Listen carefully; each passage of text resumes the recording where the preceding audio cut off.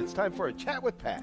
Yes, and today we have with us Jennifer Roback Morse. She, PhD, she's a founder and president of the Ruth Institute, which helps the victims of sexual revolution recover from their experiences and become advocates for positive change. And boy, when we talk about this article that she wrote in National Catholic Register, certainly is about this idea of the sexual revolution and what it has done to us. Good morning, Jennifer. How are you today? Very well, thanks for having me on. Nice to get acquainted with you. Yes, I teach bioethics, so I've taught all about surrogacy and all the issues with it. But this really, your article, which focuses on an article that was in the Wall Street Journal recently, it really brings surrogacy to a whole new level, doesn't it? Oh, you know what? Absolutely. This is an article. I was astonished that the Wall Street Journal published it because usually they're gung ho for the free market, right? Mm-hmm. If you can conceive of it and buy it and pay for it, you get to do what you want. You know? Right. But even the Journal, you could tell they were freaked out because what the story was about is Chinese billionaires buying babies in order to assure themselves of a legacy. And in some cases, they want to hand on their business empire to their 100 well-chosen sons that they are planning to conceive. One guy wanted 100 kids, 100 sons, 100 kids. Good sons, as he put it, in order to hand on his children, his business empire to these children. And and another guy was all about having beautiful women that he would then marry off to influential people. And, you're looking at this and you're thinking, how low can you go? Yeah. But then if you ask the question, which obviously you've asked yourself and you've asked your students this many times, once you admit the principle that surrogacy is a thing, that it is okay to rent a womb, take the child away from the woman who gestated him, once you accept the principle that you can extract eggs from women and take them and put them someplace else, and then gestate them someplace else, and then take the child away and do whatever with the child, right? That whole business is completely unregulated in the United States, and that was part of the point of the article as well.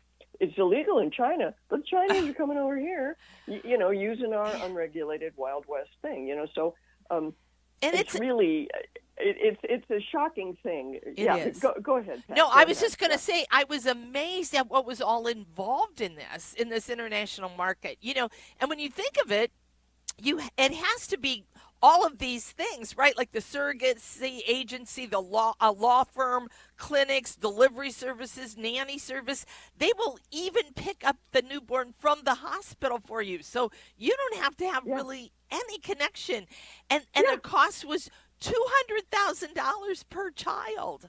It's it just boggles my mind. I said earlier in our show how we are appalled at the idea of slavery, right? The selling and buying of people. And that's what we're doing here. 100%. You would think Americans would have figured out that this is a problem, that this is not going to end well. And another thing that I felt called to say in this article, because if you're doing a 9-minute segment on radio, you don't get to say everything you want. But if you have 1,000 words, you can work with it a little bit. Right. I want to say a word to anyone who may be listening who was themselves a child of surrogacy or IVF or sperm or egg donation or anything like that. I want you to know that we love you, and we recognize that you are a precious child of God. And you are not the problem here. I just want anyone and everyone to be aware that this is our belief. We know that we as pro-lifers, we know that the child of rape, the child of incest, does not deserve the death penalty. We love that child. Right. But that doesn't mean that we get rid of the laws against rape and incest, right? And so what I want to convey is just that we love you, that you are a precious child of God. But your face, your happy face on the brochure of the IVF clinic, there's a lot of very dark business hiding behind your happy face, and the happy face of your mom and dad if they loved you, and so on and so forth.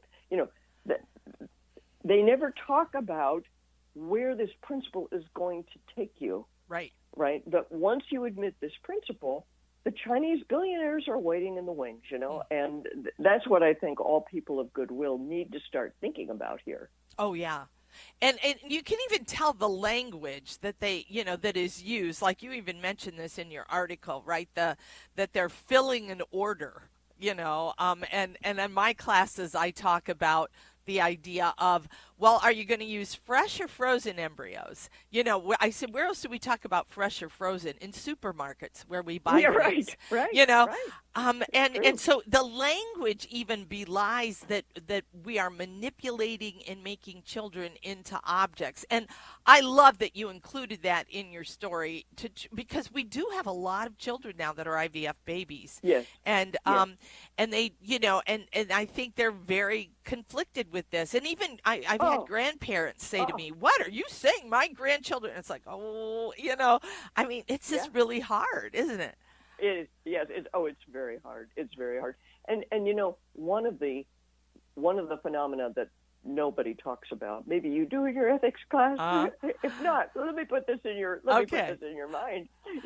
Which is that the child of these arrangements may have a lot of conflicted feelings, about it. But one of the things that may come to their mind is, I have 9 frozen siblings. Yeah.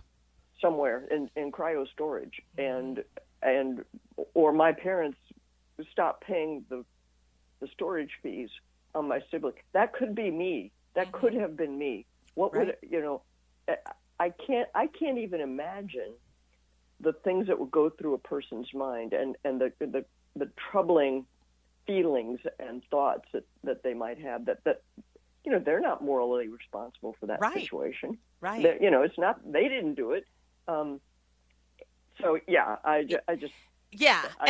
can't even imagine. Yeah, and I was so happy you put that in the article because that's the tough thing, especially nowadays with talking about IVF, is that we have a lot of IVF babies out there now, and so what do we do with that? And I think the idea that you brought up too is that we don't understand how when we think we're doing something good, how we could be opening the door just because it's a good end, right? Having a child is a wonderful end, but how we get there is important. And the church keeps pointing that out. And so we don't always realize, or maybe even want to admit, when we want a child, that what are we opening the door to, right? Yes, 100%. We think we're getting away with something. Pat, this is the thing about the whole of the sexual revolution. People came along and said, you can ditch the traditional morality. It's out of date. We don't need it anymore. You can do whatever you want. Nothing bad's going to happen. That's the short version. Yeah. And of course, that turns out not to be true. And you work out that it's not true by trial and error. And most of those errors are extremely painful. By the time you figure out that it's not working, it's because something has really gone off the rails. So, Holy Mother Church is not trying to hurt us, people. No. Newsflash. Exactly. She's trying to keep us out of trouble. Well, thank you so much, Jennifer, for being with us today. I hope to talk to you again. Thanks, Pat. Bye Have now. a good week. Bye-bye.